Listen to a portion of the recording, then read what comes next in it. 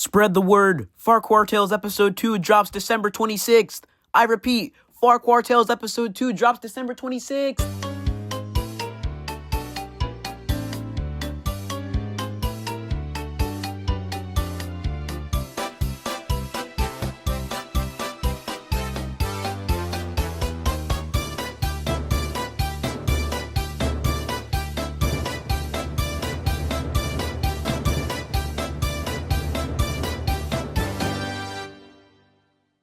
Hey sheeple, Rolly here.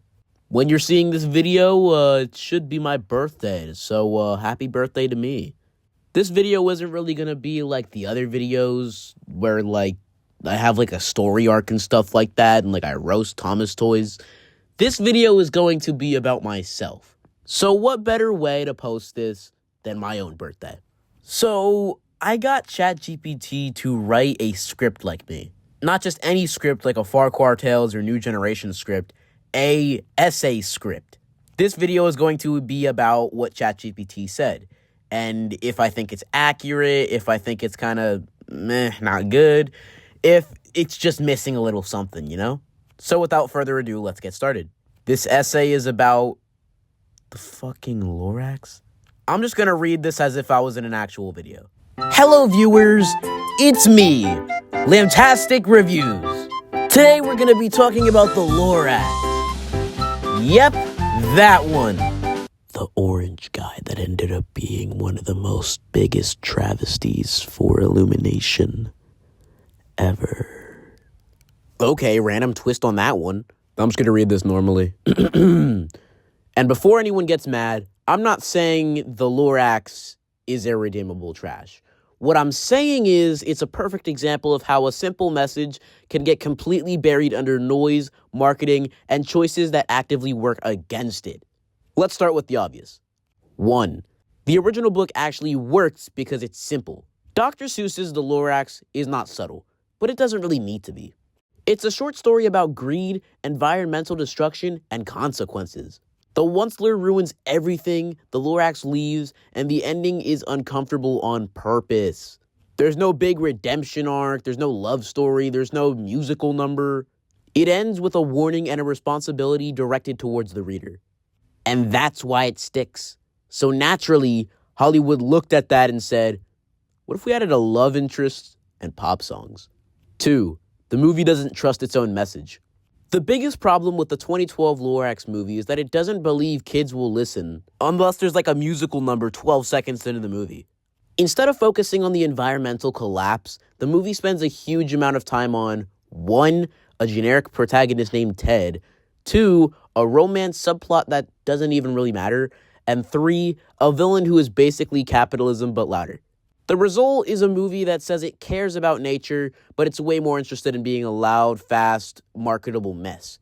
And yes, I'm going to bring this up. This movie sold cars.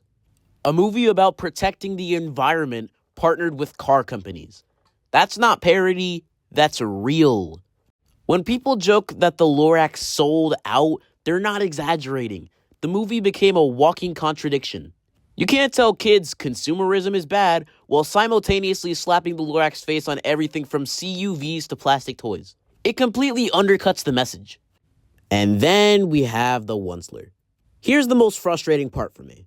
The movie almost does something smart with the Onceler, but then they try to make him sympathetic. He starts out poor, ambitious, and genuinely unaware of the damage he's causing. And that could have worked.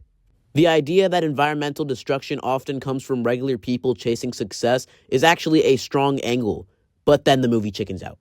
Instead of letting the Onceler be fully responsible, he basically spreads the blame everywhere. His family forces him, demand makes it inevitable. By the end, it feels like the movie's saying, well, what was he supposed to do? And that's actually dangerous because the entire point of the story is accountability. And the wildest part to me, the Lorax, the title character, feels like a side character in his own movie. He shows up, he's grumpy, he makes some jokes, and then he leaves. His presence doesn't change the Onceler. His warnings don't stop anything. He exists more as a mascot than a force. In the book, the Lorax leaving is devastating. In the movie, it feels like a plot checkpoint. And that sums up the problem. Nothing in this movie is allowed to be uncomfortable for too long. The environmental collapse happens, but then it's stylized. The consequences exist, but they're reversible. The ending is hopeful in a way that feels unearned. The original story ends with fragile hope that entirely depends on you. Then the movie ends with a musical number and instant change, as if planting one tree magically fixes all this damage. That is not how it works. And trust me, the kids are smart enough to know that. So, is the Lorax that bad? Here's the thing. It's not offensively terrible. The animation is solid, some jokes land, Danny DeVito is doing his best, as always, but the movie is constantly fighting against the story and what it's supposed to tell. It wants to criticize greed without upsetting anyone. It wants to promote environmentalism without challenging consumer culture. It wants to be meaningful without slowing down. And because of that, it ends up saying less than the book did in a fraction of the time. And here's the real tragedy. The Lorax didn't need to be expanded into a big franchise. It needed restraint, a quieter film, a darker ending, a willingness to let kids sit with discomfort.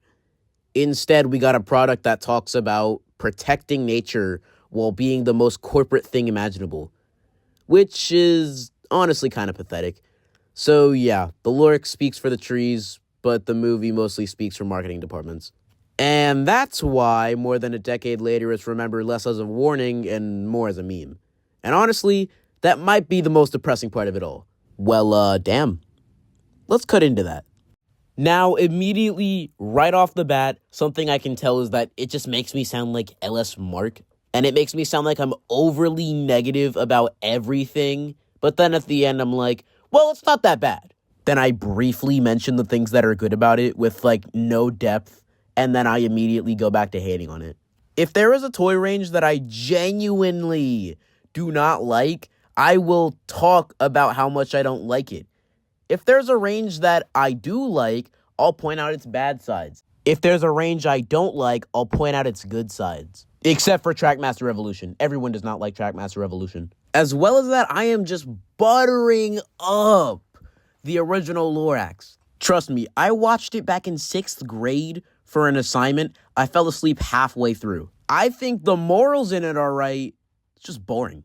Then he showed me the new Lorax movie, for a compare and contrast thing, and me and my friends were laughing the entire way through. Once again, agree with the morals, but it's just boring. I only probably watched it twice in my life, and I can only remember one scene of it. And that's it. I find this movie more funny than serious. I'm pretty sure me, NMAC, and the Furry Pizza Man watched it a few months ago and we were dying. But you know what? Here's my actual thoughts on the Lorax so that we can compare ChatGPT's opinions on my opinions compared to my opinions. So without further ado, here is the human side, I guess. I don't even know.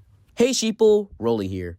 Today I'm going to be talking about the Lorax, but not the original Lorax or the book or anything like that. I'm going to be talking about, you probably guessed it already, the 2012 version. This is probably the most well-known version of the Lorax and probably the most well-seen because of all the memes, even the commercials, all that stuff. Now, for starters, I watched the original once, but I don't really remember it that much, so I can't really say anything about that. But what I can say is, the newer one it doesn't portray good morals for what it's trying to represent. They made an ad with a car company while they're still trying to talk about, environment good, keep it good. It just overall doesn't work because of this stuff. Now, do not get me wrong, there's some good in this movie. Me and my friends quote, "That's a woman," all the time, and the movie's genuinely funny. Now, don't get me wrong, there are some times where I just cringe at the movie, but there is a good amount of scenes where I actually genuinely laugh. But in my opinion, I just think the movie was a cash grab.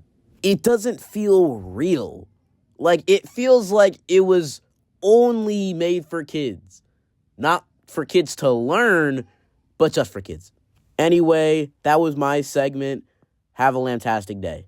I conveyed way more emotion, just overall more me. Now, don't get me wrong, what ChatGPT said was right and all, it just sounds very over-exaggerated. No, this movie isn't a dumpster fire. No, this movie isn't that good. It's just a mixed bag. And it's more something that you'd watch for laughs than an actual moral. A good comparison to this would be the Minecraft movie. If you're trying to get a story about how, oh, you gotta respect your creative side and you always gotta be creative, that's not really a good moral for the Minecraft movie. Is it funny? Yes. So watch it because it's funny. Unintentional comedy, people. Probably the best form of comedy. The Lorax basically falls into that. There's some parts where it tries to be funny and it's just not funny. But then when it doesn't really try to be funny or it appeals to an older audience, it's just peak. But, yeah. If anything, this is just kind of scary because it just feels weird that ChatGPT is able to at least talk like me a little bit. In my opinion, I don't think the technology is there yet, but it's getting scarily close. But, yeah, this is the real ending of the video. I'm sorry it was kind of lazy. I mean, I kind of rushed this video and I just kind of wanted to get this out on my birthday. There's going to be another video kind of like this one coming out on Friday on what happened to Farquhar Tales. And then I'll drop an actual video on Sunday again. So, I hope you guys have a fantastic day. Keep on rolling. And I'm not really going to do an end credits here because the Lamtastic video of the week thing is more like a commentary video sort of thing. But, yeah, I hope you enjoyed this simple yet sort of heartfelt video. And once again, I hope you guys have a fantastic day. Peace.